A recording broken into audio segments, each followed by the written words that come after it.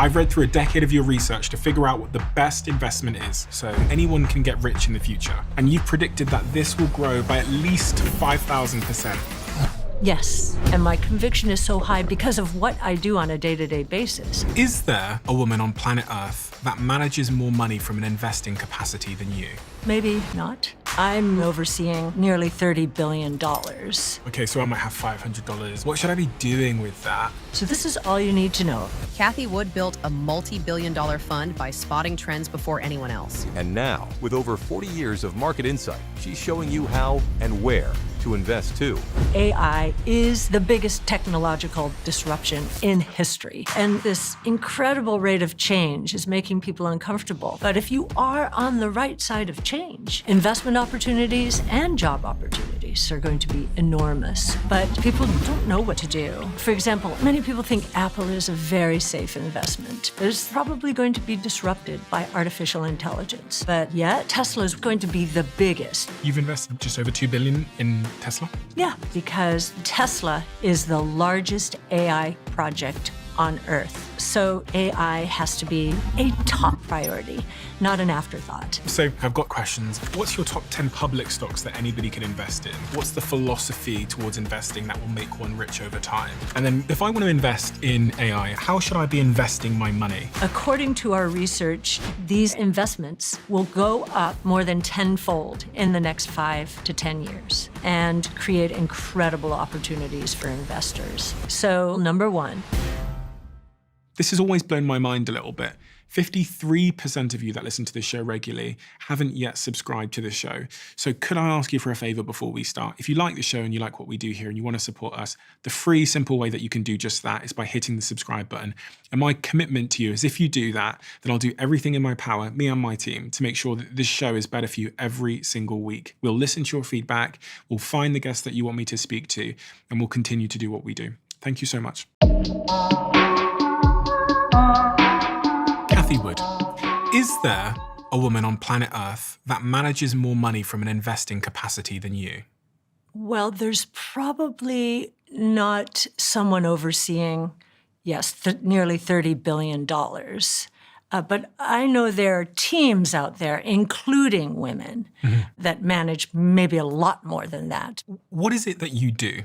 Invest in companies that are technologically enabled and that are going to transform the world as we know it. Robotics, energy storage, artificial intelligence, blockchain technology, and multi-omic sequencing in the life science space. The last is the most complicated. And how long have you been an investor? I started when I was 20 years old at a company called Capital Group. And I was introduced to the firm by Art Laffer. Now, Art Laffer, he's one of the most important economists of our time. He created something called the Laffer curve.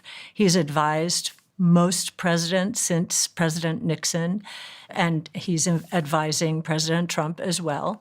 And how is these 5 big innovation platforms that you speak of, how is that going to have an impact on the average person's life? Like, why do they need to know this stuff?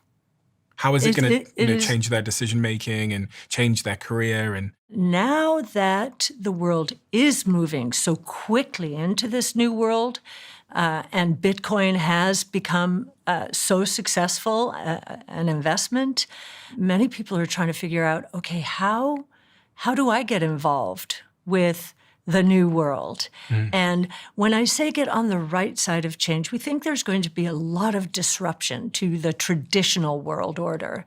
And when I say that in terms of people understanding what I mean, I think many people think Apple is a very safe investment because huge hoard of cash, very successful smartphone, number one market share of smartphones in terms of profitability by far.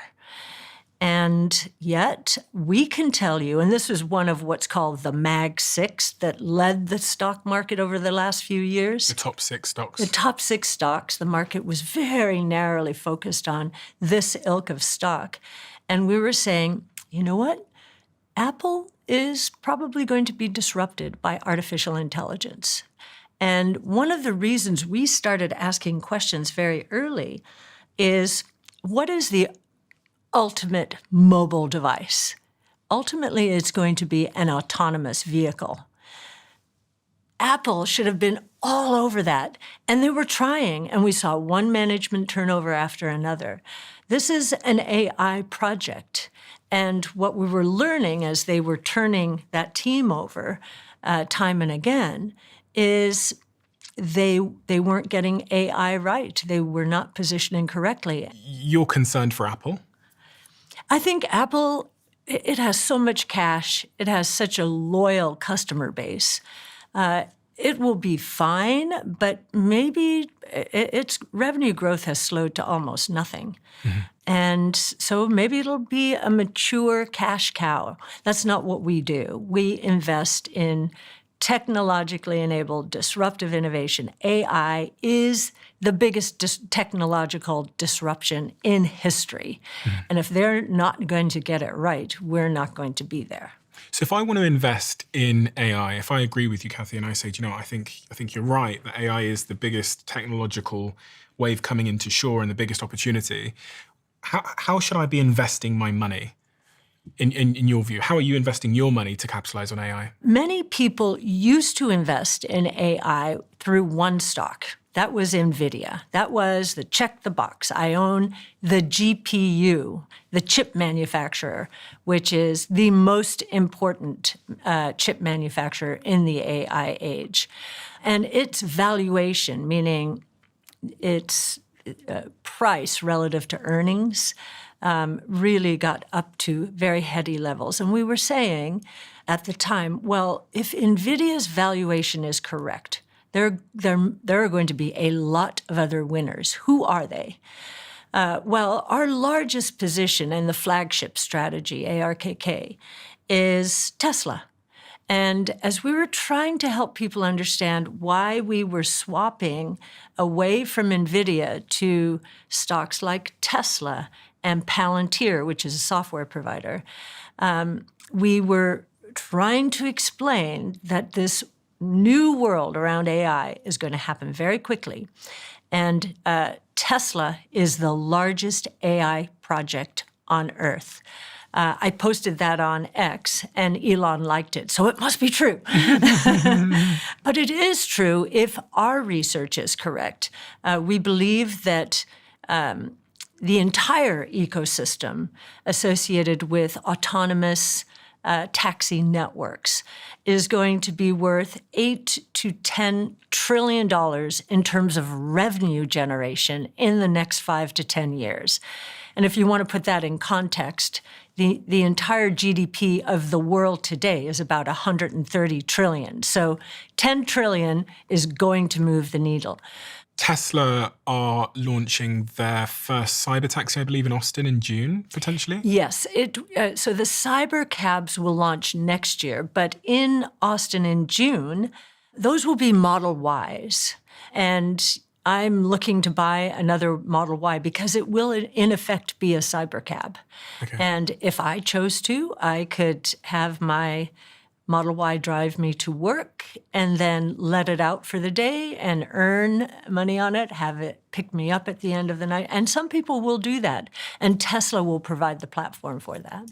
I think a lot of people don't realize just how much of the economy is about driving. Yes. So taxis, deliveries, yes, all these kinds of things. It's a huge, is it the single, I think it's the single biggest employer in the world. Yes, driving. Transportation, right? Broadly defined, yes. And it's not just on the ground, of course.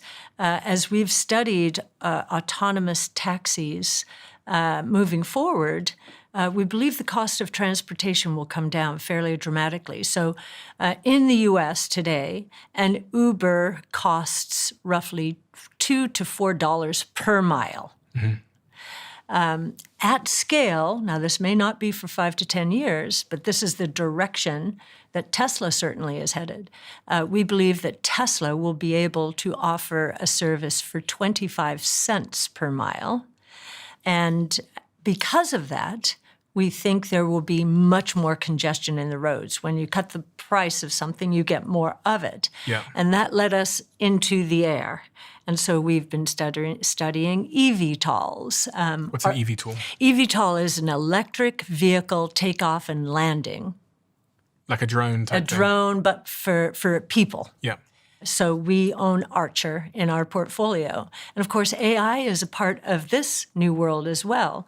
And it's a part of the defense world as well, as we are trying to save our soldiers and move out there with autonomous drones. So autonomous mobility on the ground, in the skies, ultimately on the water. So Tesla. So that's one big, we think that's going to be the biggest in the short term in terms of revenue generation, the biggest application of AI. We think the most profound application of AI is going to be in healthcare. Because of AI, and this is already beginning to happen, we are able to diagnose cancer with a blood test in stage 1. Think about that. If you discover cancer in stage 1, you can save most people, right? And maybe even before stage 1. Why? This is the convergence of sequencing technologies. So DNA, RNA, protein sequencing technologies. And then the third technology that is breakthrough and already making a difference is CRISPR gene editing. The convergence of those 3 technologies is beginning to cure disease. So a company called CRISPR Therapeutics, which is one of the largest in our ARKG fund and in the top 10 in our ARKK fund, has developed a therapy to cure sickle cell disease and beta thalassemia. Both of those are blood-related diseases, with one treatment. Think about that. Now, the preconditioning for that is gruesome. It involves, it's almost like chemotherapy, which is going to change. But nonetheless, there's huge demand for it because, these people go to the emergency room 10 to 20 times per year for blood transfusions to save their lives. Mm-hmm. Of course, they're going to go through a tough regimen. They want to live a more normal life. So it's already generating revenue. Both of those are already generating revenue for CRISPR Therapeutics and a company called Vertex. So there's 3 or 4 different companies you've mentioned here. Tesla, the other one was Archer. Archer is the eVTOL company, yes. Which is your flying cars, basically your drone cars. Yes. And CRISPR and Tesla. So if I start with Tesla, you were bullish on Tesla. You were making big predictions about Tesla before pretty much anyone else out there. I think in 2015. Mm-hmm. And at the time, in 2015, you said that you believed the stock would get above 4,000, roughly? Right, on the old stock. Yeah, before the stock split. Yes. And you were right by some significant margin. I think you predicted it would be 4,000 before the stock splits. And I think at its peak, that equates to about 18,000, maybe 12,000 at its peak. Yes, well, in that region. We were right about 2 early years, or Tesla got to where we believed it would go 2 years before most expected. In 2018 and 19, many people, as Elon was discussing and describing production hell for the Model 3, many people thought the company would go bankrupt.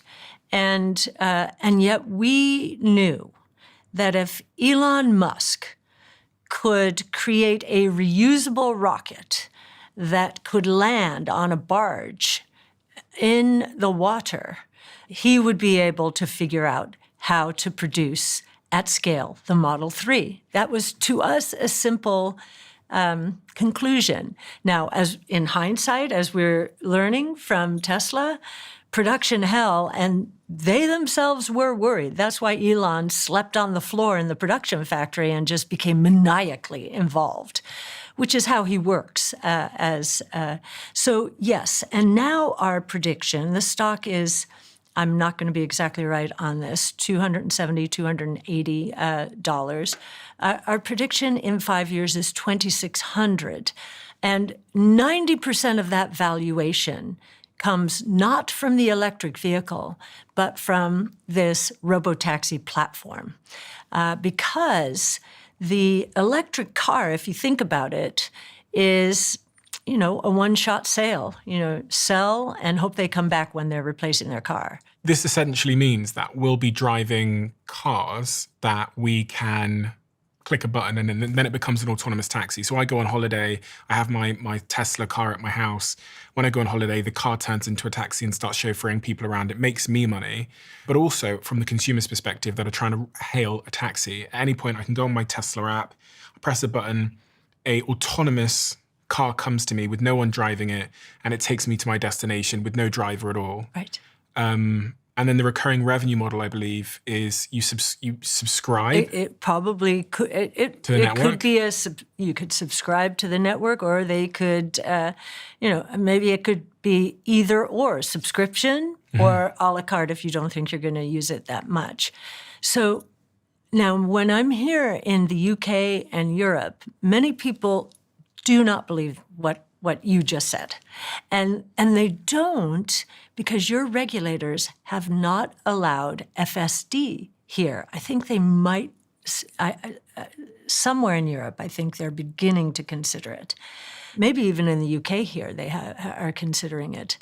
In St. Petersburg, Florida, where we're based, I can go from my house to anywhere, and flawlessly, the car will take me there. Now, we still have to sit in the driver's seat for now, but in June or soon thereafter, when they turn the system on, if regulators permit, right now we're state by state, I think that's going to change so that we'll have federal regulation so that this can happen a lot faster. One other thing about Tesla, though, in that $2,600 number, we do not include much for humanoid robots. Now, this is happening faster than we thought. And the reason it's happening faster is humanoid robots, they are the convergence of the same three technologies or innovation platforms as robotaxis. Robots, robotics, so actuators and so forth, getting them to work. Energy storage, battery operated, and AI. So Tesla's way ahead of the game on humanoid robots, and yet we have very little. Now, Elon thinks that the humanoid robot business is going to dwarf the robotaxi business. And we think he's right, but longer term. So as I mentioned, we expect all in, around the world, including China, not just Tesla, but the entire ecosystem, an $8 to $10 trillion market in the next 5 to 10 years. For humanoid robots, we expect a $26 trillion revenue market. Now, that's going to be a little further along. Robotaxis will happen faster, but it may not be as distant as we were once thinking. For anyone that doesn't know, humanoid robots are basically robots that we'll have in our home and at work. So there was a video that I think Elon retweeted the other day showing one of the humanoid robots dancing. Dancing, yes. Was that real? I was looking at that video thinking, surely that's not real. But he confirmed, I believe, that it was real. Yes. Now, when we went to the Cybercab event, there were some humanoid robots dancing there, but they were tethered and they were remotely controlled. Yeah. Now, Cybercab, I think, was... about a year ago. Yes, maybe. So since then, they've been able to untether them. And I do believe that that dancing robot was not tethered and not remotely controlled. It was quite shocking to see a robot doing that, because if a robot can have that dexterity and mobility, and then you overlay that with the AI technologies that are accelerating rapidly, it begs the question. And the question is quite clear, which is, what about humans? Yes.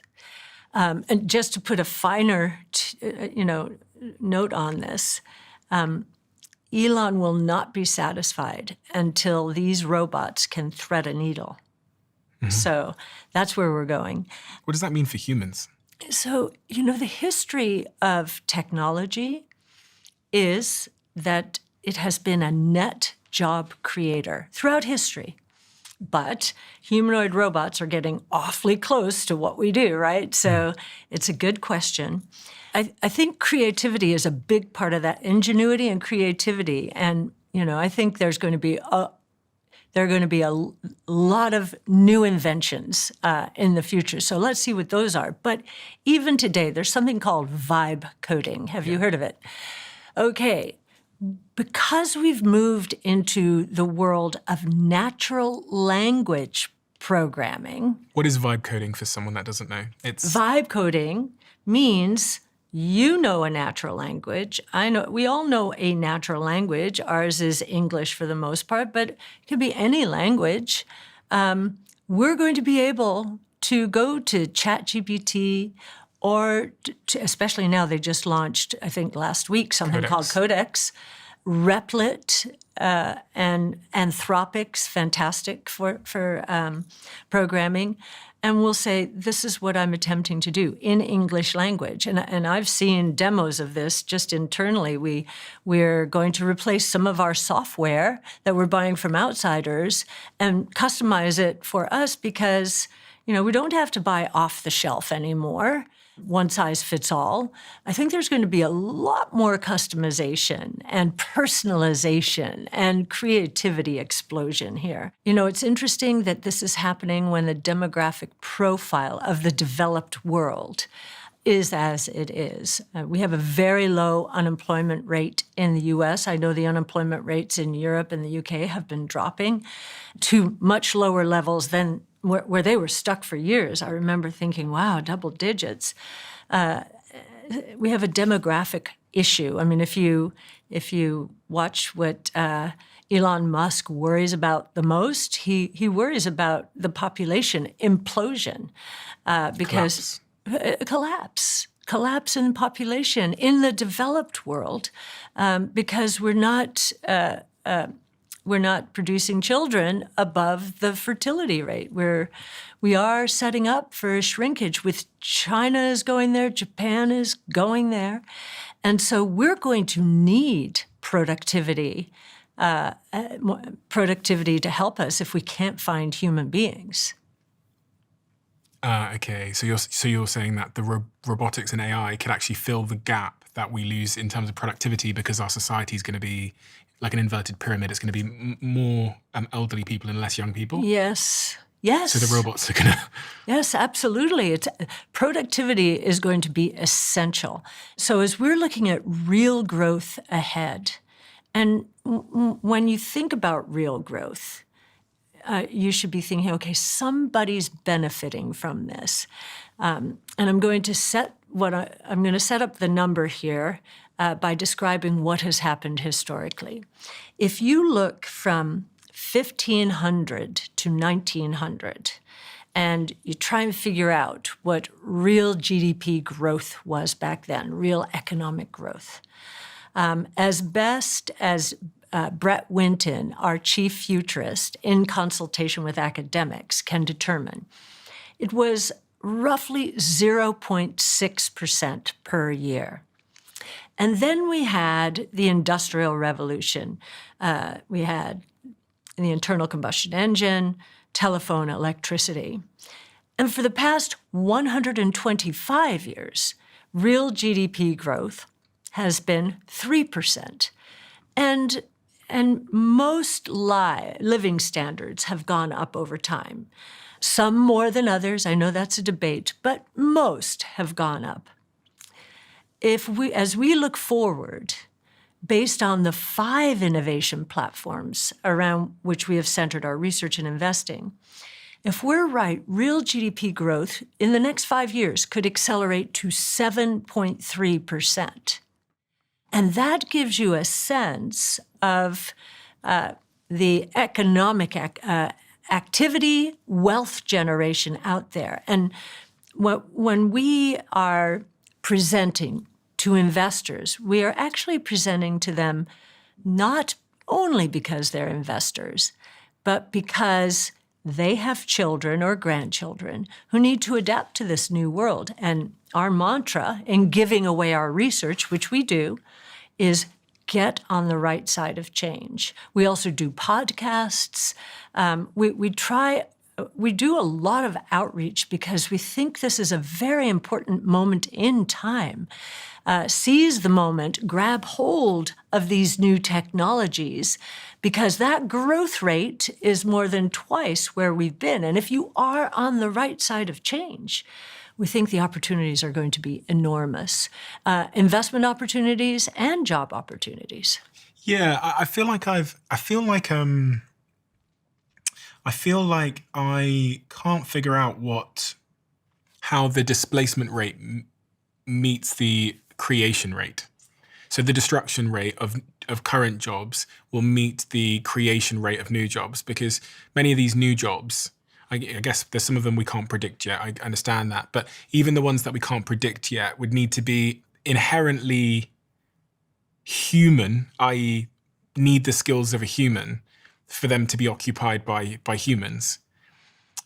So what category of stuff is that? Like my girlfriend's a breathwork practitioner. She's upstairs now with 10 women and she's teaching them breathwork. Okay. So she's fine. Yeah. Like, because they're doing that in person, whatever. She's fine. Well, and maybe she's not if people decide to do it on ChatGPT. Yeah, on ChatGPT.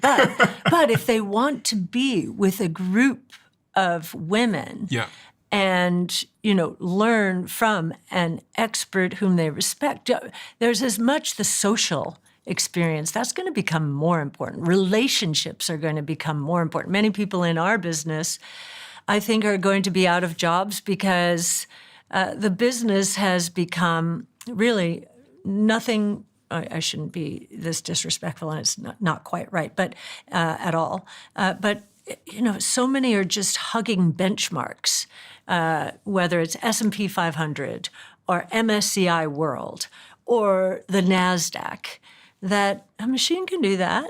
A machine can do that easily. And that is what passive investing is machines doing it. I think in order to earn a place in the new world, you've got to add a lot of value, more value than a machine can. So in our case, we're saying, okay, well, our stocks are not in those benchmarks. And therefore,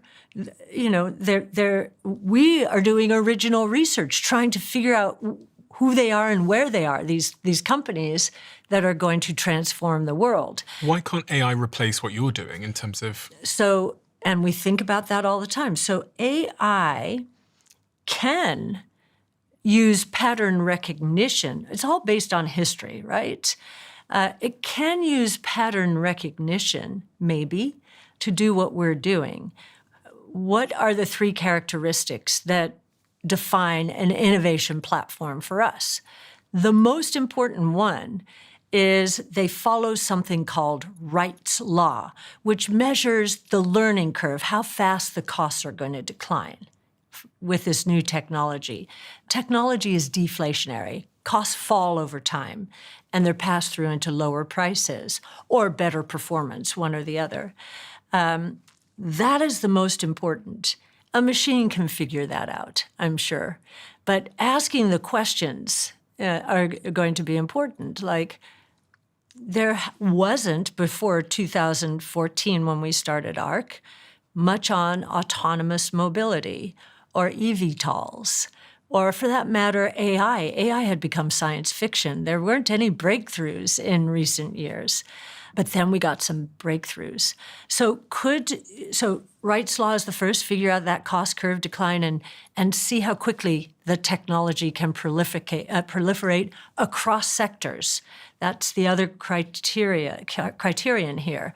The technologies that we are following are going to cut across economic sectors and apply to more than one group of people. And then the third is that these technologies serve as launching pads for new technologies. So in the case of DNA sequencing, which was the base technology, we needed that before CRISPR gene editing could be created. We needed to be able to understand what was mutating in the genome, where the programming errors were, so that gene editing could come in and edit out those programming errors. And do you think in 5-10 years from now that unemployment is going to be higher or lower? In 5 or 10 years, let's assume we don't have a policy mistake and a recession, so just steady state. I think it will be the same or lower. And most of this is because those baby boomers are retiring. So they come out of the employment. They come out of the labor force, and the generations following them are smaller. Even now, what's happening is we're passing through the baby boom echo, meaning the children of the baby boom.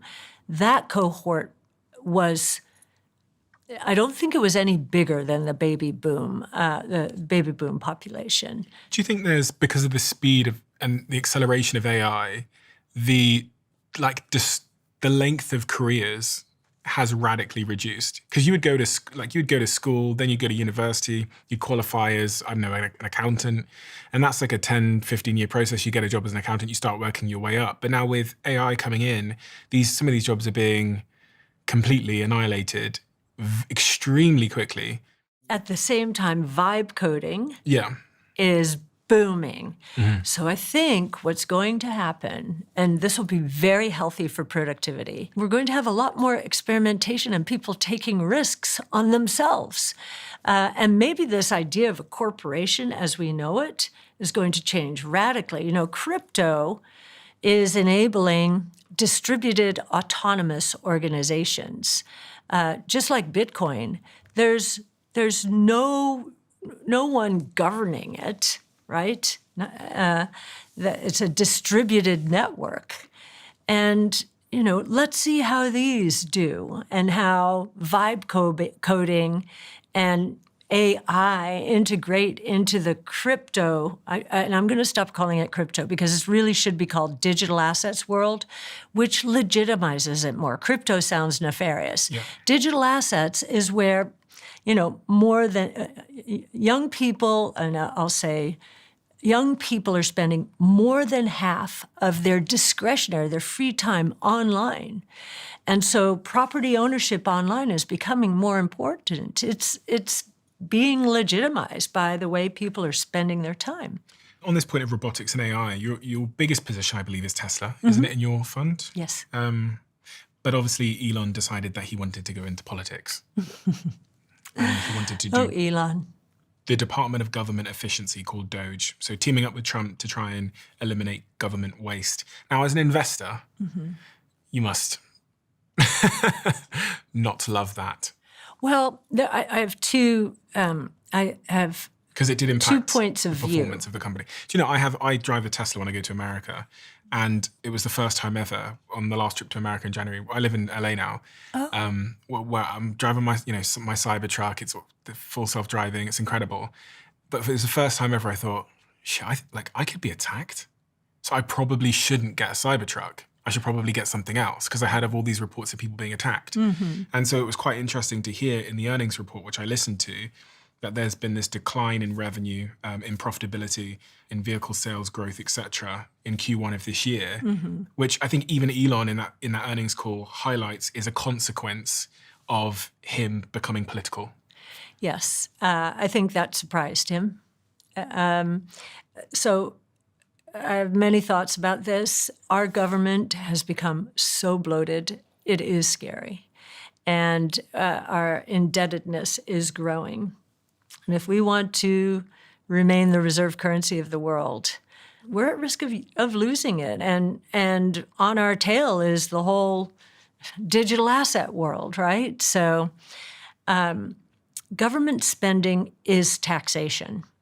It's either taxation that's going to happen immediately, or will happen in the future, or will happen through inflation, which is the most regressive tax at all. So I think the sentiment was right in terms of, you know, getting in there, and seeing what technology can do for the government, which is really what's happening. I'm watching it in the FDA, how they're starting to use AI. It's phenomenal what's happening. So the question I usually get, so I'm very happy that half of the solution is understanding the problem, that someone is in there with that focus and determination. He, of course, has said he's stepping away this month, as a matter of fact, to spend more time with his companies. Which you must be happy about. Well, of course I'm happy about it, but I have, with the exception of this political dynamic, I don't think that Elon not being there on a day-to-day basis is what has caused the problem in the first quarter. It was much more macro. We had a negative quarter in real GDP growth in the first quarter. So macro, which is hitting everyone, and the overlay of this political dynamic. The news cycle, thank goodness, moves fast, and so we'll be through that, I think. And by the way, there are news reports even this weekend saying those who were feeling about him, as it relates to Doge and, one party, are having a change of heart because tax rates are going to come down because we're being more disciplined on the government spending side. Elon's way of managing his companies is to attract the best and the brightest, not only scientists, engineers, but also business people. These are people who want to solve the hardest problems in the world. He sets a timeline that seems reasonable to him for milestones to occur. And he doesn't interfere unless they start missing those milestones or the timing of those milestones. Then he gets involved. And that's where you hear he'll go in and he'll just fire people wholesale and get the program going again. And he's done that certainly at Tesla. He's done that at all of his companies. And so he's really troubleshooter in chief. Once he understands and has set a strategy, he then becomes troubleshooter in chief. Have you met him? Oh, yes, we did actually. Our first podcast with him was in 2019. Oh, I saw that one during production hell. Yeah. And we were so happy. So as you know, we have a social strategy. So we push our research out through social media as we give it away or as we're evolving it. And he liked a piece of research that Tasha Keeney had put out on autonomous back then. And I was on a phone call. I couldn't get off, but I heard this whooping and screaming through the office. And I thought it sounded good. It wasn't an emergency, so I didn't have to leave that call. But I got out. I said, what happened? Elon. And I said, okay, ask him if we can do a podcast. And we were there the next week. Oh, incredible. Yeah. What do you think of him as an entrepreneur? I think he's the Thomas Edison of our age in terms of his innovative ingenuity. And I also think, having met him a number of times, I think he's a very good person. He wants to do the right thing. If I had to say one thing, he wants to do the right thing to transform the lot of most of humanity. And he started with Tesla, SpaceX and Tesla. Tesla, was an environmental move, which I think a lot of people attacking his cars, who are probably very supportive of the environmental movement, they've forgotten. Sending a rocket to Mars and with humanoid robots and ultimately people, he thinks will transform life on Earth as well, because as we've learned from space history, what we learn about material science and technologies that help us break through into these very difficult problems to solve is going to help us here on Earth as well. So I think he's a very good person and wants to do the right thing. That if I had to describe him, that's what I say, other than genius of our time. I often wonder, because he's had such a profound impact on the world in many, many ways through the companies he started. I think the biggest risk really is just his own health. He doesn't seem to sleep much. Though he says that he does sleep. I think really? he recommends, I think, if I'm right on this, getting 7 hours sleep a night. And yes, but when he is focused, you know it. I mean, people even look. There were many pictures of him, whether it was standing, with other policymakers, and then he zones into something, and he's zoned in and thinking about only that and a problem that he wants to solve. So you've invested just over $2 billion in Tesla? Let's see. So it would be roughly, yes. In that region. Mm-hmm. Bitcoin. Mm-hmm. You invested in Bitcoin very, very early. What was the first price that you bought Bitcoin for in, I think it was 2015? Yes, it was in the summer of 2015. We got in at roughly $250. Today it's $104,000, I think, roughly. So we did get in very early. And we knew we were onto something, really, when people were making fun of us, saying, "Okay, that's a marketing trick. You're new to our business, and new to the new fund world, and you're trying to attract attention." And we were thinking, "Wow, they have no idea how much research we've done on this." And Art Laffer, my professor again from USC, we had him read our first white paper on Bitcoin. Bitcoin. Could it serve the three roles of money? So means of exchange, what we use every day to buy things, store of value, like gold, and unit of account. Would prices be quoted in terms of Bitcoin? Chris Berdinsky was our first analyst on Bitcoin, wrote the paper, Art read it, and added to it enormously in terms of economic theory, which was great for us. And then he said to us, he said, "This is what I've been waiting for since the U.S. closed the gold window in 1971. A rules-based global monetary system, like Bretton Woods under the gold exchange standard." And I said, "Art, that's a very big idea. How big is it?" And he said, "Well, how big is the monetary base of the U.S.? Back then, it was $4.5 trillion, and Bitcoin's market cap or network value was $6 billion. And I said, "Okay, that's a very big idea." And we were trying to get it into our portfolios. Regulators were hesitant, but I bought it right then for myself and haven't sold it, and I'm very happy with it. You bought it for yourself personally? Personally, because what we price? couldn't buy it. $250. So we couldn't buy it back then, but we finally got through the regulatory process, and we were able to put, the New York Stock Exchange said, "Okay, you can put a 1% position in the portfolio." And it was of a grantor trust called GBTC. So we did. And we just never sold it. They didn't tell us we had to keep it at 1%. So, it's risen to be more. Oh, yes, it ballooned. And what is it about Bitcoin that you believe was and is still a good investment opportunity for the average person? Yes.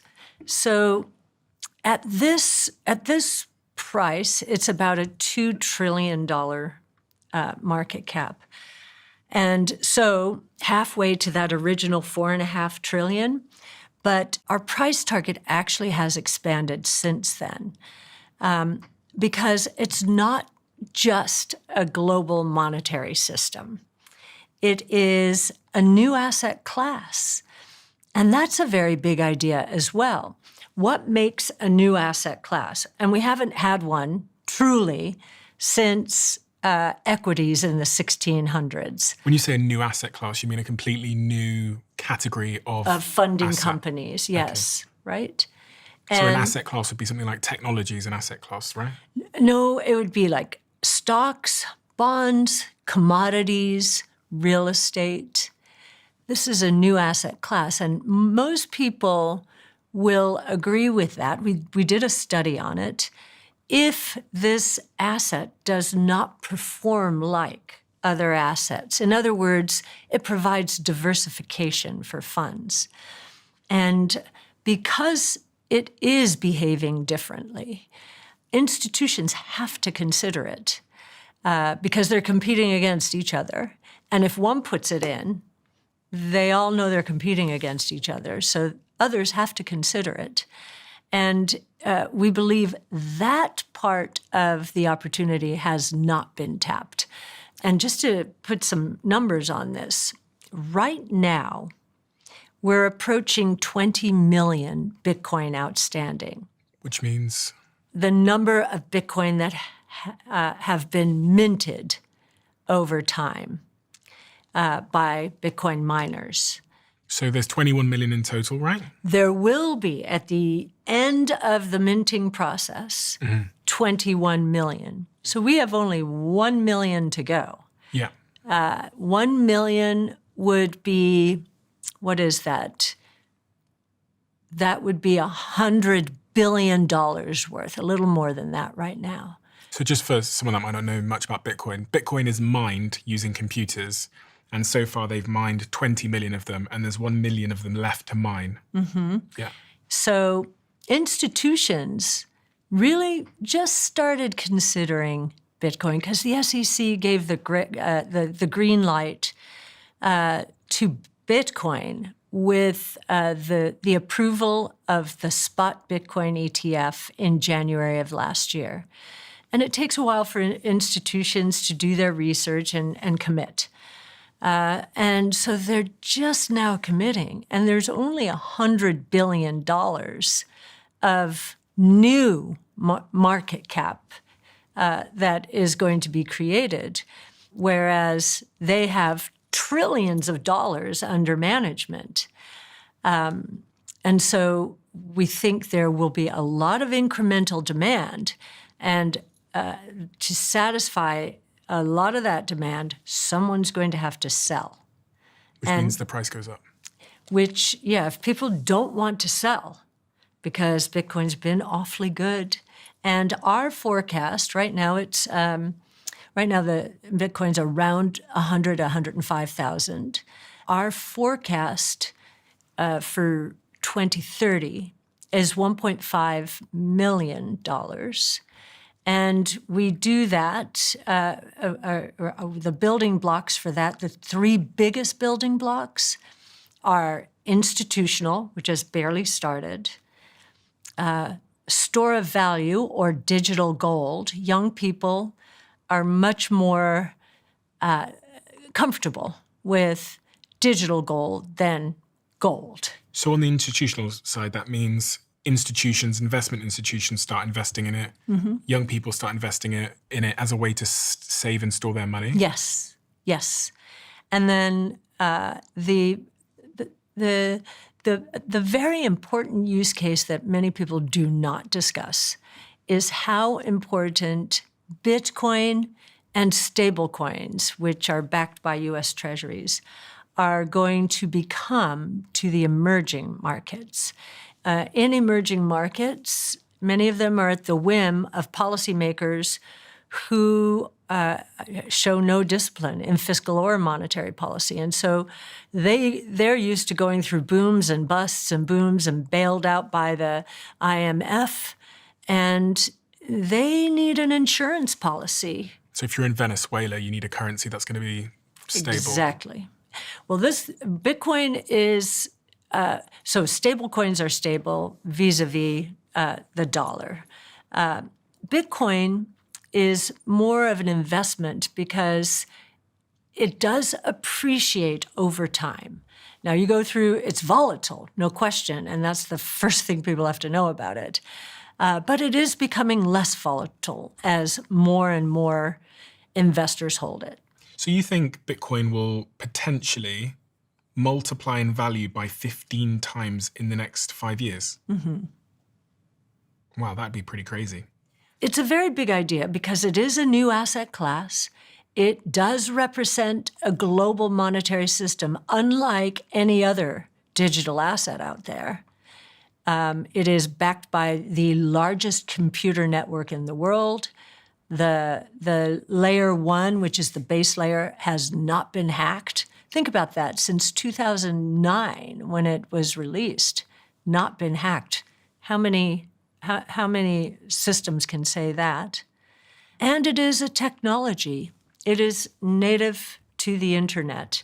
And again, digital assets, or any Bitcoin, Ether, Solana, all of them exist because they're vying to be the native currencies to the internet and to enable smart contracts and really transform the financial services industry.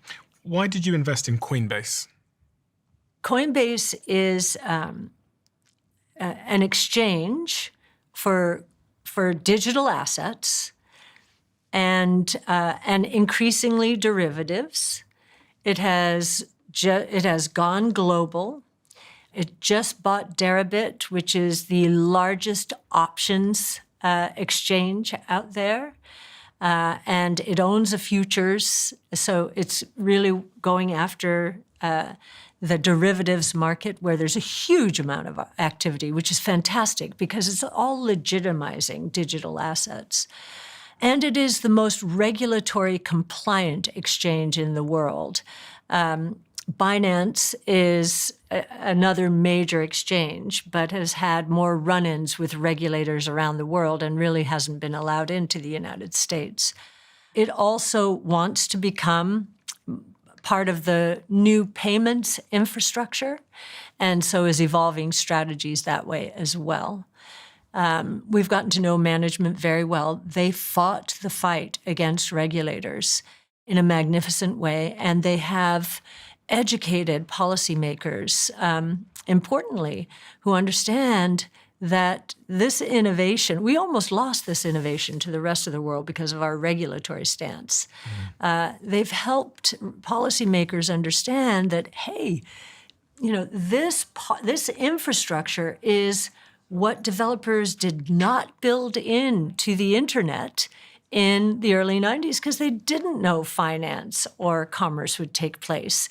That's all this is. It's that simple, right? So if I'm trying to invest in, just to summarize then, if I'm trying to invest in AI, your key positions there and your key thoughts are companies like Tesla. I heard you invest in Twilio. We had invested in Twilio. They had a management turnover, so we moved away from that. But Palantir. Yes, Palantir is a platform as a service company, which we think is not only going to help governments move into the digital age, like our Defense Department, and now it's moving into other departments, but also these huge, huge enterprises, because it's not forcing them to rip and replace anything. They'll build on top of whatever technology infrastructure is there, and over time just usurp the role of the legacy technologies. So very important company, we think, in the digital age. It's had a very big run. We have taken profits, and while it was having a big run, NVIDIA was selling off. It was down more than 50%. So we put some of our Palantir proceeds back into NVIDIA. Is there anything else in the AI bucket when you're thinking about stocks? Well, when you're thinking about chip companies in particular, TSM is the platform for chip manufacturing. It doesn't matter who wins. We do think there are going to be many more competitors to NVIDIA. NVIDIA is still number one. Have you heard about Grok? Oh, yes. Grok, we are invested in our private fund. Oh, okay. So just for people that might be confused. Do you mean Grok with a Q? Yes, that's in our private fund. We do own Grok. And that's a very important company on the inference side of the equation. I've invested in Grok as well. Yeah. I should probably disclaim that. Well, I think you're going to do very well.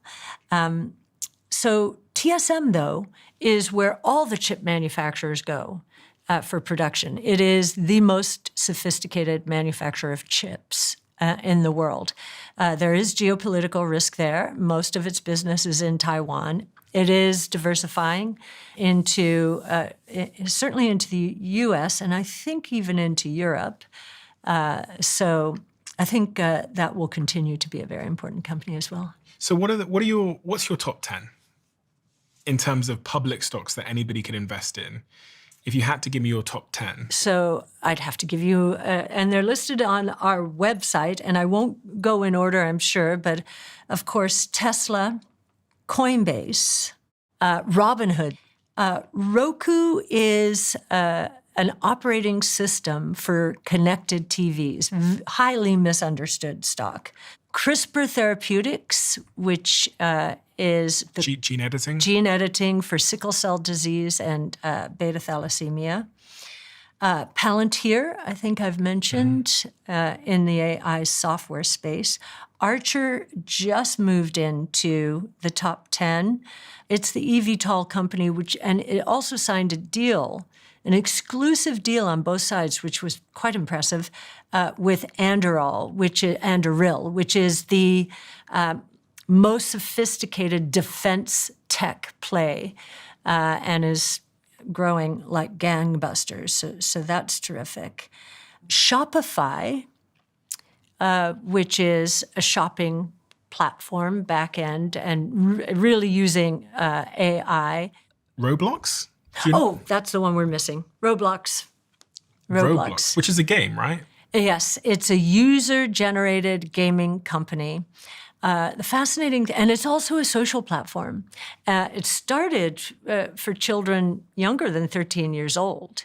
And what's interesting about it is they've stayed with it because 60% of its user base now is above 13, which is very interesting. It's the largest user-generated content provider out there. And what is fascinating about it is I know one of my friend's daughter has started her own dress shop on Roblox. And what she doesn't understand is that she's learning about business, but she's also learning how to code, especially in this new vibe coding world. So I think it's going to be a very important company going forward. The interesting thing about gaming and technology transitions is that it is the only entertainment medium that has not fallen apart with technology transitions. It has actually grown because those who love their games from 25 years ago still play them. It's grown with each technology revolution. So, and user-generated content in gaming is the next big thing. A business is only as good as the people inside it. So how do you make sure you're hiring the best? Our sponsor, LinkedIn, can help you find these applicants quickly. I believe in taking time to hire slowly, but I also understand that once you've decided to hire, you want to get the ball rolling and get the best candidates in front of you to start interviewing. And that's where paying to promote your role on LinkedIn makes all the difference, because you'll get applicants 7 times faster than if you post your job for free. And even though slower, more considered hiring is important, you never want your hiring platforms to be what's holding you back. LinkedIn keeps pace. It takes care of the heavy lifting, sending you highly skilled candidates that you wouldn't find anywhere else. So when the time comes to make your next hire, make it count and promote your job on LinkedIn. Head to linkedin.com/DOAC. That's linkedin.com/DOAC, and terms and conditions apply. Make sure you keep what I'm about to say to yourself. I'm inviting 10,000 of you to come even deeper into the Diary of a CEO. Welcome to my inner circle. This is a brand new private community that I'm launching to the world. We have so many incredible things that happen that you are never shown. We have the briefs that are on my iPad when I'm recording the conversation. We have clips we've never released. We have behind the scenes conversations with the guests, and also the episodes that we've never, ever released, and so much more. In the circle, you'll have direct access to me. You can tell us what you want this show to be, who you want us to interview, and the types of conversations you would love us to have. But remember, for now, we're only inviting the first 10,000 people that join before it closes. So if you want to join our private closed community, head to the link in the description below or go to doaccircle.com. I will speak to you there. If you had $1,000 to invest and you had to invest it somewhere, where would you be investing it? Well, And how would you be like the general philosophy towards wealth creation at such a stage? If you had $1,000, how would you be thinking about creating wealth for yourself? a couple of things. Averaging into either an ETF. What's an ETF? ETF, exchange traded fund. So it treats a group of stocks like one stock. So ARKK it's 36 stocks, but you can buy them by purchasing ARKK. And you can do that on your mobile phone by You downloading can do it on your mobile phone. a bunch of different apps that allow you to just buy that one ETF, which means you own 35 stocks. Yes. And And your team are basically choosing what those 35 stocks are yes. based on your research. Right, and ARKK are our highest conviction stocks, and they offer an exposure to all of the innovation platforms that we've talked about, whereas ARKI here in Europe is focused primarily on artificial intelligence and robotics, because we think that convergence is going to be pretty explosive.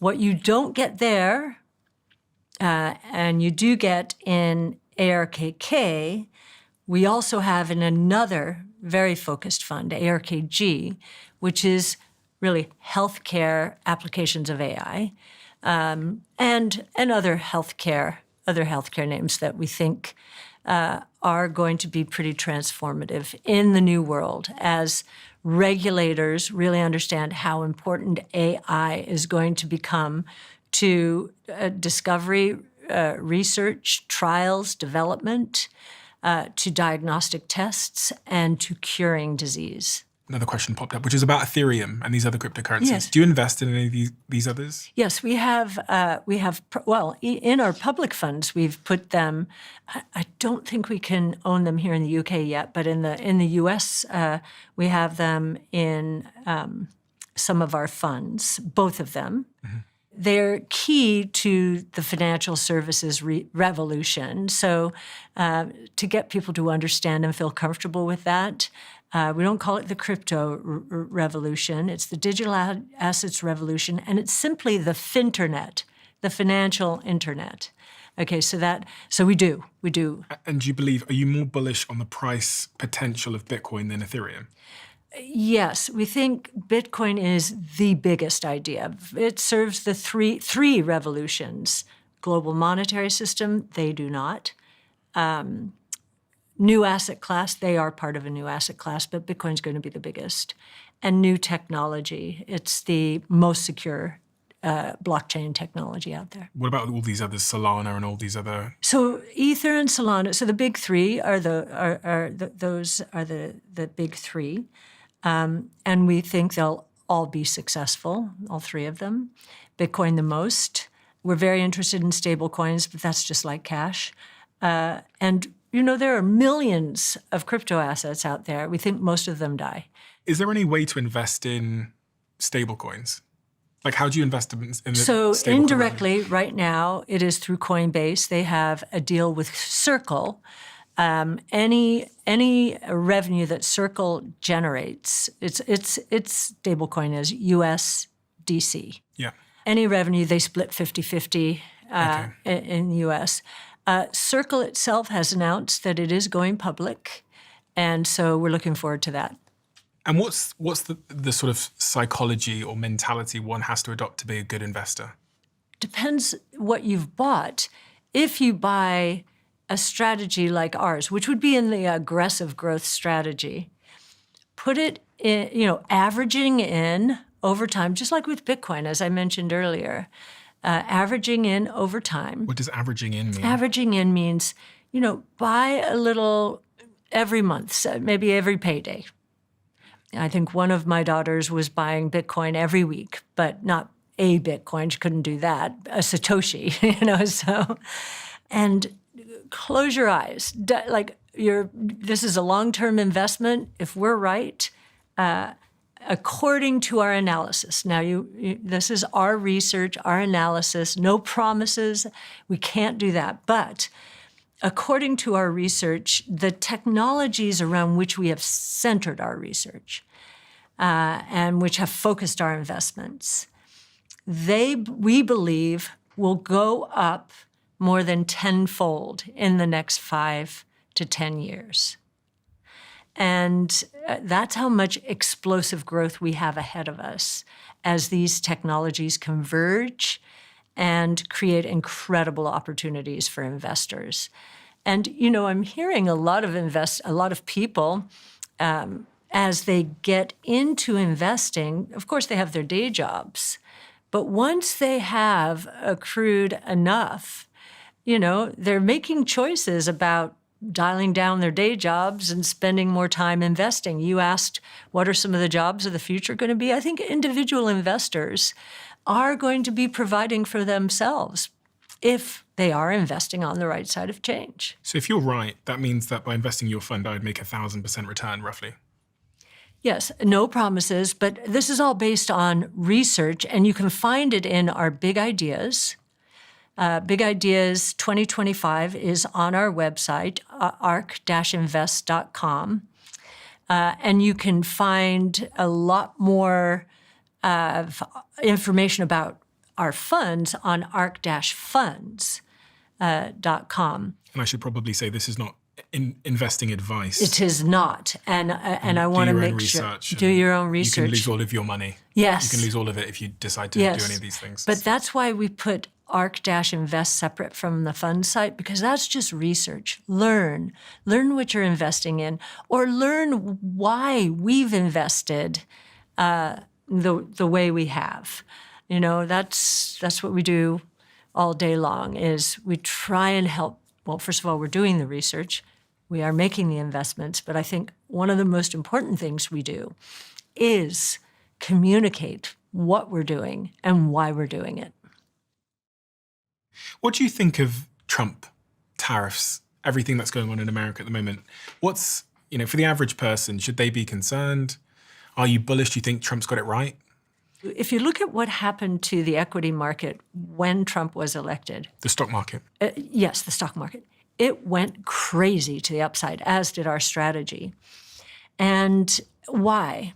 The promise was deregulation, and that I think is underestimated. How important it is, because we're strangling in regulation. It's just, this is not our DNA. We got to get out from under this. Lower taxes, lower interest rates is what he wants, of course, and lower tariffs. What he didn't tell us was exactly how he was going to go about that process. And it has felt chaotic, and I've had to go out and explain what's going on, try to explain what's going on. And I have to tell you, it scared me silly to see what was going on, because I knew that businesses were paralyzed and that we could have a mess on our hands. And I certainly communicated through my channels. Art communicated through his channels. In fact, I think in one publication he said, I have never been more scared in my career. And we were trying to really get into Trump's head. And I know President Trump listens to Art, but he also listens to a lot of other people, one of whom was Peter Navarro, who seemed to have a hold on Trump when it came to tariffs. And yet, when I saw Treasury Secretary Bessent really push aside Navarro, and that could only happen with Trump, I knew we were going to be okay. I knew we were going to be okay. Because throughout all of this chaos, I think what he is trying to do is not only get tariffs on the U.S. down throughout the world, but maybe more important, get non-tariff trade barriers down. Like, for example, I didn't even know the UK would not accept our beef or ethanol. Well, now you're accepting our beef and ethanol. I don't know if people in the supermarkets will buy it, but anyway, this one. But other countries, many more non-tariff trade barriers, and so he is just trying to bust that up. Make it more visible. For example, Canada, I think they charged a 250% tariff on our milk. And one of President Trump's promises was to take care of the farmers. Okay, that's why you see the rhetoric around Canada. Now, do I agree with his style? I would never do it that way. I'd never do it that way. And it was unfathomable, for me, because he is sensitive to business, and he must have known that everything was going to stop. And but he also knows that he has to sound crazy for other people to take him seriously, and people have to believe he will do crazy things in order for people to take him seriously, and he does do crazy things. So do you think it's going to work out? I do. You do. And I think the stock market is beginning to smell it. If I just had to invest in one stock right now, what stock would you recommend I invested in? Okay, well, I have to give you Your portfolio. top pick. So it would be Tesla. It would be Tesla if I had to give you one stock. Okay, interesting. Because think about it. It is a convergence among three of our major platforms. So robots, energy storage, AI. And it's not stopping with robo-taxis. There's a story beyond that with humanoid robots. And our $2,600 number has nothing for humanoid robots. We just thought it'd be an investment period, and but I think he's going to start generating not only productivity gains internally, but revenues from humanoid robots.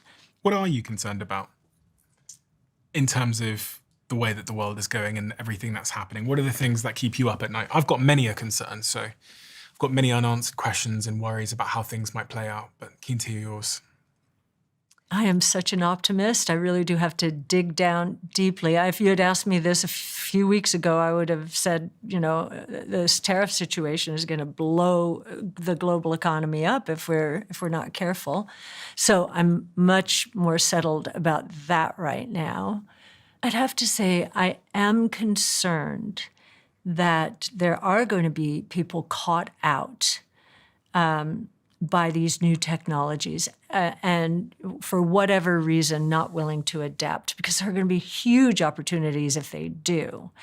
And so one of the reasons we give away our research, I'm very honored to do a podcast like this, is to get that word out. There is so much information available. You can just go to our site and listen to our podcasts. And if anything inspires you, go for it, because the opportunities are going to be enormous. When you say you're concerned people might get caught out in, disrupted industries. I mean, we think the whole transportation industry is going to be disrupted. We think retail as we know it's going to be disrupted as we retail is in like shops and stuff and... Yes, although if they adapt with more social, personal experiences, I think that anything physical, you'll want to have a social dynamic associated with it. But in terms of what I think is going to happen to retail is we're going to have our personal shopping assistants, and they're going to anticipate what we want, which I can't wait. I hate shopping. Anticipate what we want, or basically flag something that they know we would like if we knew it were available. And they'll be disintermediating all of the traditional sources because they can go anywhere in the world. So just think about almost every sector is going to be disrupted. Healthcare is going to be disrupted enormously, I think, for the better.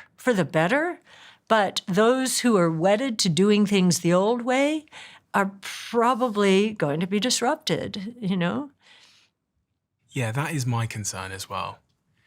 And just how we handle that as a society. But I think if we can help people understand that they have a lot of control over this, if they're willing to learn and dream Not and everybody use is. their imaginations. Not everybody is, though, as Yes, you know. but they have to do it for their children at least, right? If we took the general population in London and said, 100 people, how many of you understand what AI is? Or how many of you use ChatGPT? We'd have a certain percentage, maybe, I don't know, 50% or more. If I went to the countryside Yes. and I stopped a lovely person shopping in the local village and said, do you use ChatGPT? It'd probably be significantly lower percentage. Yes. They wouldn't care about that. What is that? Whatever.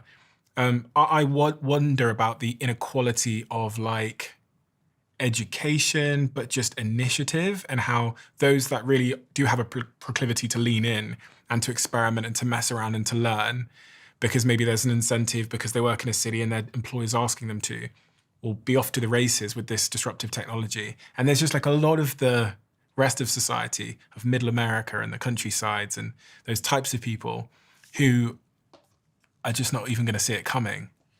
But that's why we're out there. And the important word that you used was initiative, because I really think, when people hear the word inequality, they like to blame something, right? Yeah. There will be no reason for this. I'm sure someone's going to come back at me for saying that, but of course there are people who we have to help along the way, no question about it. But for those who are healthy and are listening to this podcast and are saying, I don't know exactly what she's talking about, but I'm going to start reading up on some of these new ways of doing things and make sure to at least understand it. I think within that kind of initiative, they'll find it. They just will find it.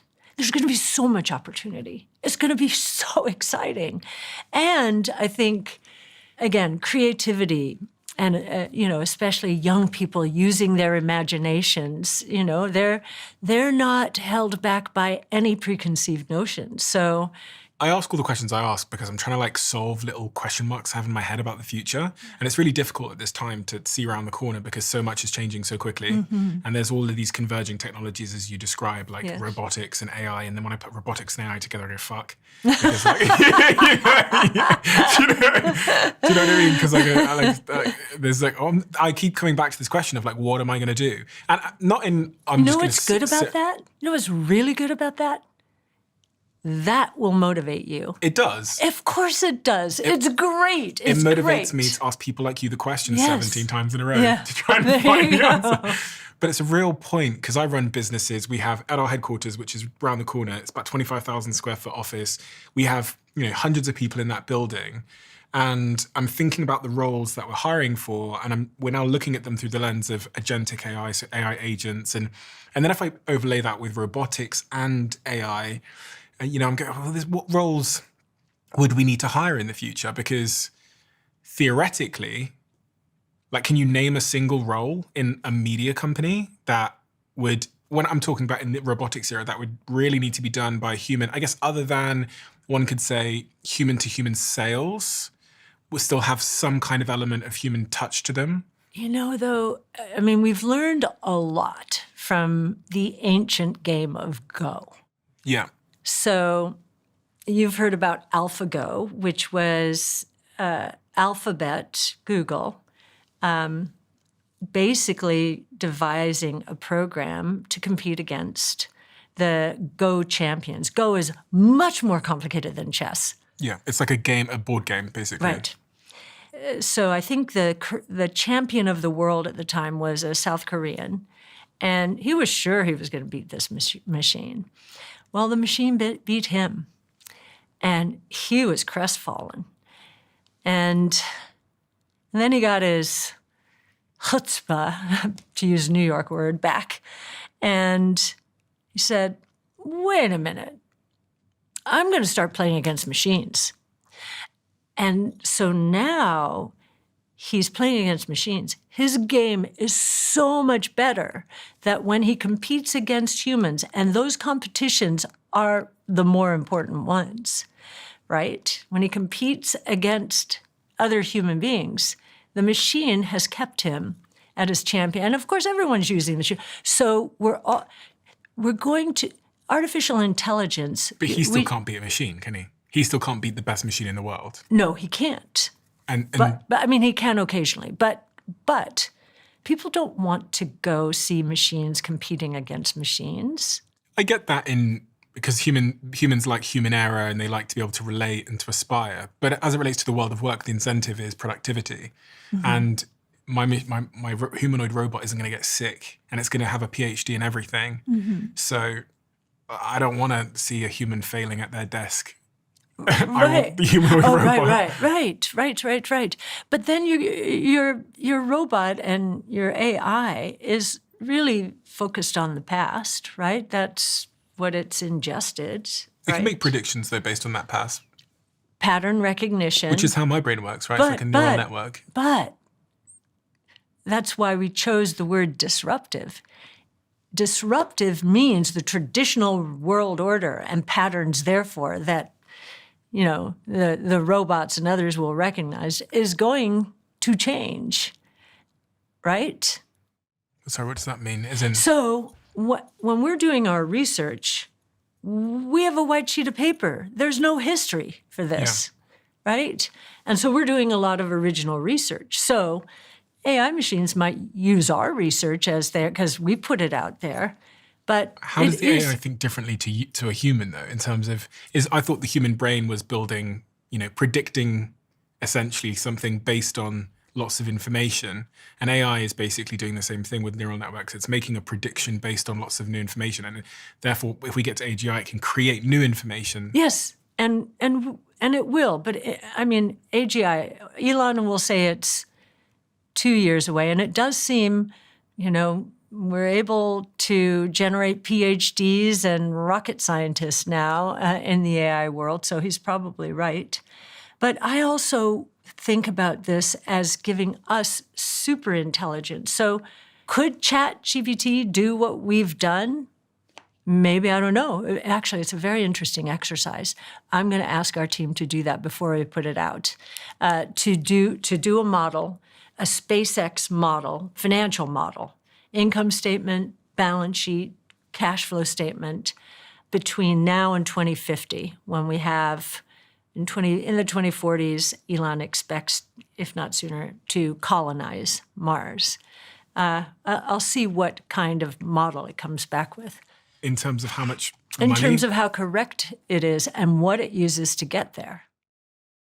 Okay, I'll do that now. SpaceX. A financial model. Or income statement. Okay.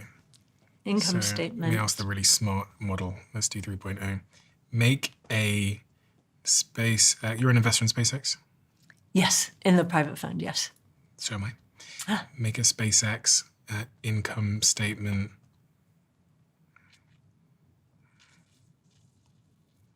Income statement based on Elon's predictions? Yes.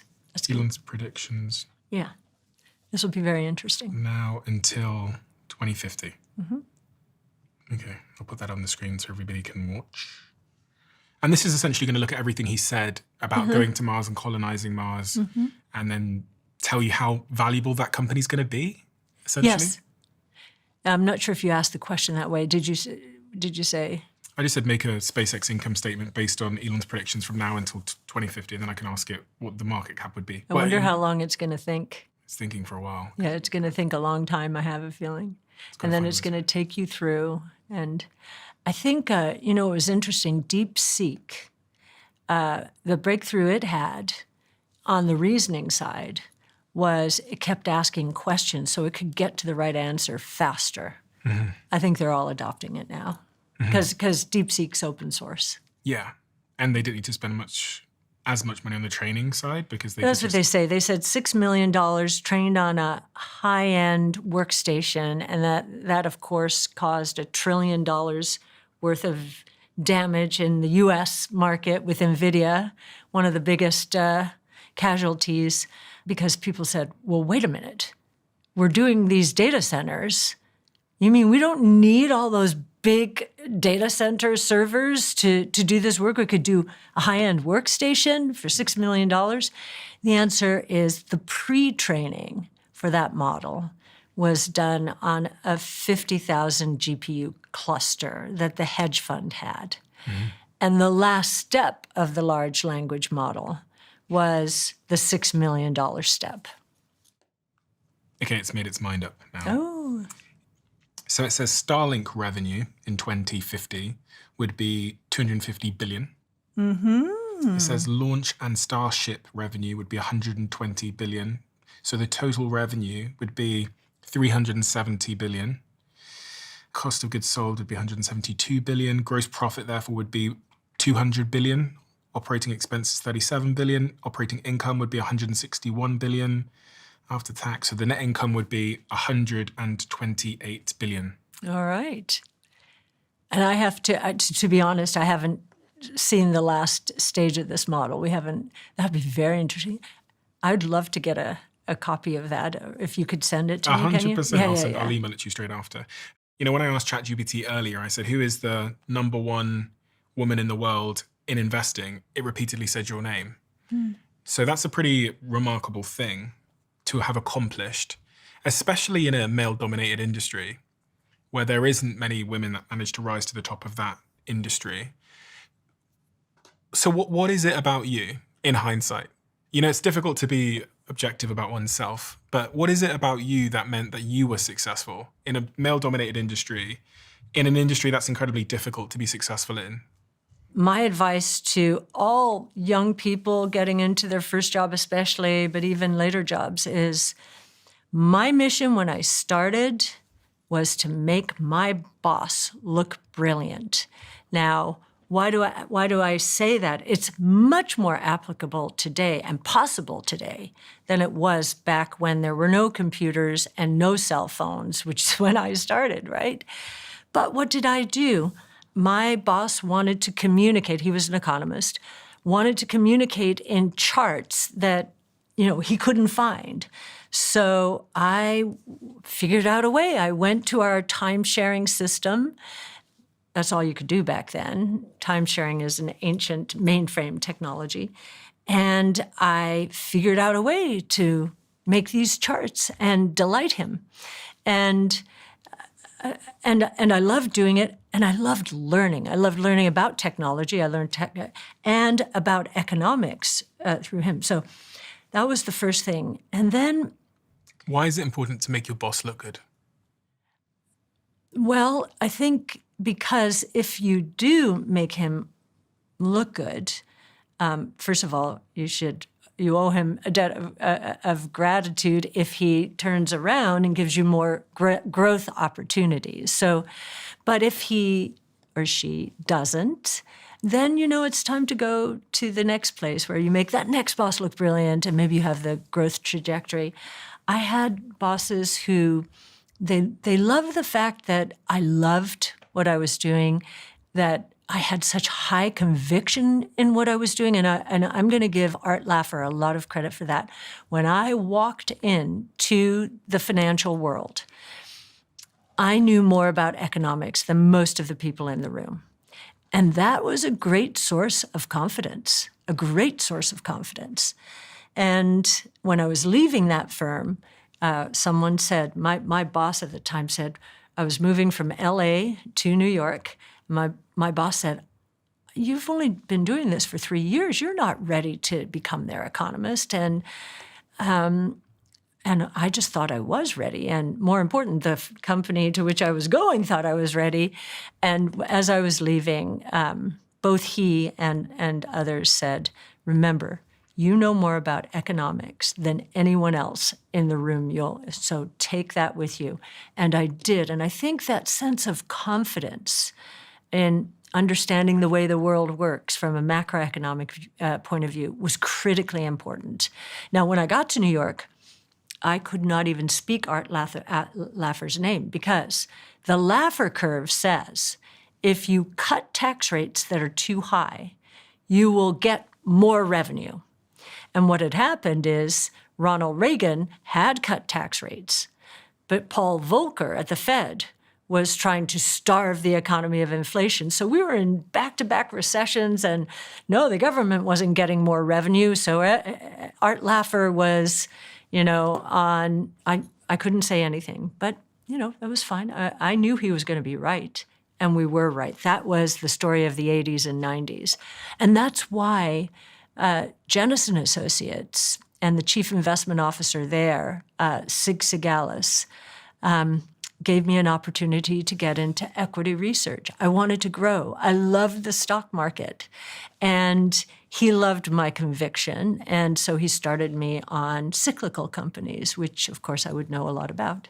But Jennison was primarily a tech-oriented firm. And of course, knowing that, I wanted to delight the boss. I wanted to get into the technologies, and I made it my business to know as much about them. And I was the only one willing to research stocks outside the U.S. Think about that now.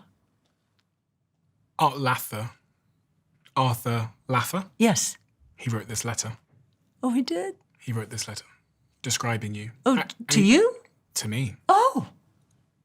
He said there was this young lady named Cathie Duddy, later Cathie Wood, whose face was the map of Ireland and whose ambition was over the moon. I was a tough teacher and grader, and Cathie's first steps were shaky, but in short order she rose to the occasion and aced the course. Impressed as I was, and believe me, I was very impressed, I helped Cathie land her first job at Capital Group in LA, and from that point in time it was game on. I followed her career closely after Capital Group, then on to Tipilo, and her final job as an employee at Alliance Bernstein. Mm-hmm. As you may imagine, she was the star investor at each stage. And in 2014, Cathie took a giant entrepreneurial leap in the founding and funding of ARK Invest. And the letter goes on to say she's a mega success, and God bless her. She never has forgotten her now aged professor. Well, that was very nice of him. So he has been so important to my career. Now I'm going to get a little weepy, but I gave him 1% of my company when I started it. And so he deserved it. He deserved it because he gave me a big break. He believed in me first. Why does that make you emotional? I don't know. We've gone through our life together. And what's so interesting now is so interesting and fun is Bitcoin has rejuvenated art. He's 85 years old or 84, and I'm seeing his excitement, and he wants to spread the word around the world. And now we're going into stablecoins together. And he just started an account on X. He has a flip phone. He doesn't do email, and yet he has just started an account on X. And so we now have this technology relationship because he wasn't going to technology, but he knows, he's seen, like, ARK altogether, we have 3.3 million followers. And he's seen the reach that X has. And he's also, I think the other thing, and I haven't answered your question, it was just very nice of him to do that, and I see it's a typed one page and very sweet. We have a closing tradition on this podcast where the last guest leaves a question for the next guest, not knowing who they're leaving it for. And the question left for you is, great question for you. What is the craziest idea you ever had that turned out to be right? Well, there are just a few.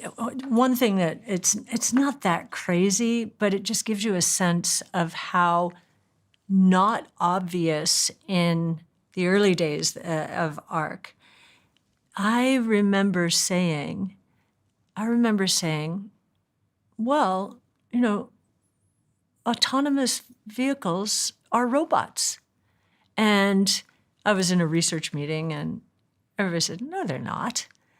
And of course they are. It's a crazy idea, and there was something, there are some things I'll say, and the reason that's important from our point of view is this convergence idea.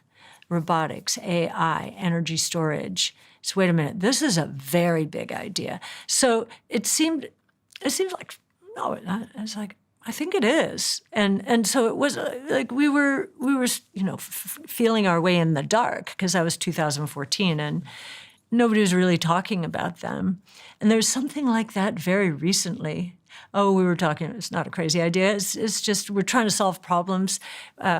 Someone, as we were going on and on at our brainstorm on Friday about humanoid robots, someone he's our what do we call him? What do you call it? Curmudgeon? No, good way. In a good way. I don't even know what curmudgeon means. Curmudgeon means contrarian or curmudgeon, like that's not going to work.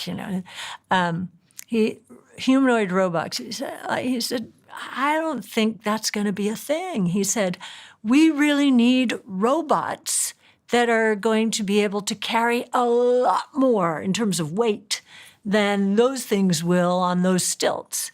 And in my mind kind of flashed transformer robots. They'd have legs and all of that. You'd be able to fold them up so they look like a tank. Mm-hmm. And so that's what I said on, I know this doesn't sound so crazy to you, but I just imagining the future, going to Disneyland when I'm 11 years old. We had just come over from Ireland and seeing someone holding a phone on the carousel for progress and, saying, I'm going to have one of those. It sounded crazy at the time, and I felt a little crazy, but always... So you think we're going to have transformer robots? Yeah. So the robot that cleans my house can transform and maybe become and a everybody bicycle. laughed at me. But I think that's going to happen. Another one was, and this was on... These are just little ideas in terms of how things hit my brain. But someone was talking about boring, which is another one of Elon's companies, the underground transportation. Digs tunnels and stuff. Yeah. I forget what someone said in a post on X. But my answer was Mars, obviously. And people were laughing at that. And then as they were talking about it, they were saying, of course they're going to put that transportation system underground. We learned why you shouldn't have it on top of the ground from Earth. So just the little things catch me in a funny way. It's not the craziest. They're just like, oh, maybe that is the way things are going to work. I wonder if Elon dies before we get to Mars, or if he just dies in the next 10 years from anything, from any cause, how much of an impact that will have on our rate of progress.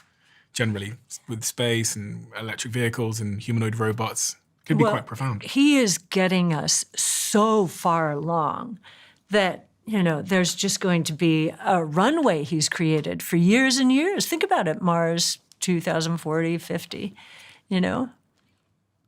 Cathie, thank you. Thank you for doing what you do. And that's a sort of multifaceted point of gratitude because you do so much. You do so much in educating all of us in terms of innovation, investing, and what the future looks like. But also from your fund's perspective and your company's perspective, you do so much in open sourcing and putting the research and the work that you guys do out into the world when you don't necessarily have to.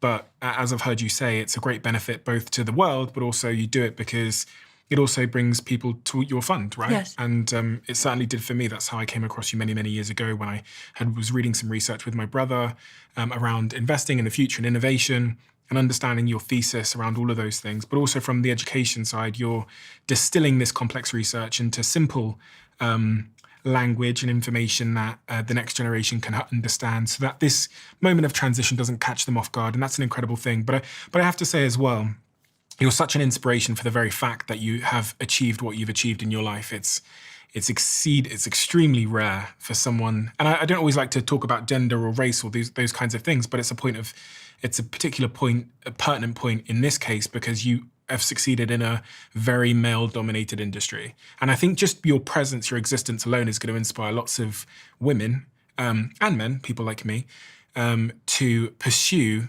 finance and investing as a career. Oh, so thank you so much for fantastic. doing what you do, and thank you for being who you are. It's incredibly important, and you've demystified so many things for me over the years, even though we've never met, but watching your videos and reading the research that you guys put out. So I'm going to link all of that below and link to your websites and your funds and all those things so people can learn more. But yeah, thank you.